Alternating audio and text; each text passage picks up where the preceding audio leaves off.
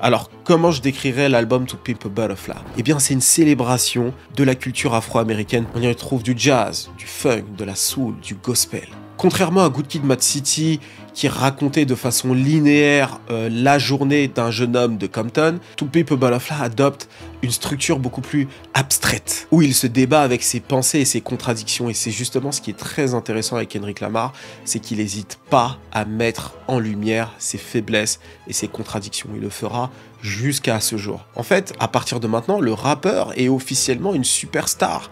Donc son rapport avec son label, ses amis, sa famille a complètement changé. Et dans cet album-là, il nous parle de tous ces changements, en bien comme en mal. Il doit se réajuster, certains lui reprochent d'avoir changé. Par exemple, dans mon morceau favori, You, il se glisse dans le rôle d'un ami d'enfance qui lui en veut à mort, alcoolisé, qui lui parle en lui crachant ses 4 vérités à la gueule. Tu vois ce que je veux dire? Il lui reproche d'avoir disparu après le succès, de plus appeler, de plus venir, plus rien. Il y a notamment ce moment où il blâme Kendrick Lamar de ne pas être venu à l'hôpital après que l'un de leurs amis d'enfance se soit fait tirer dessus. Ce dernier succombera d'ailleurs de ses blessures, et c'est une histoire vraie en plus. Il s'appelle Chad Keaton, et Kendrick Lamar le considérait comme étant son petit frère. En fait, il avait promis à son grand frère, incarcéré, qu'il veillerait sur son petit frère. Mais malheureusement, il a été victime d'un drive-by, il s'est retrouvé à l'hôpital. Kendrick Lamar, lui, était en tournée, et la seule chose qu'il ait pu faire, c'est l'appeler en FaceTime. Donc en quelque sorte, il a échoué. Un moment très dur.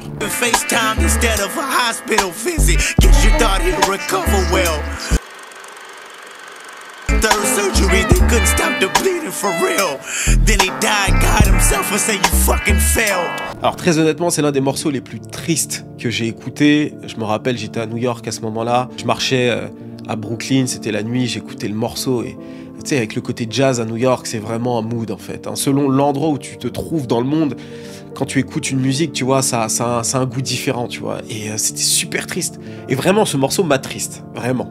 Je crois que c'est l'un des morceaux d'ailleurs qui m'attriste le plus. Mais aussi, c'est mon favori, je crois, du projet. Après, il y a pas mal de morceaux très chauds dans ce projet.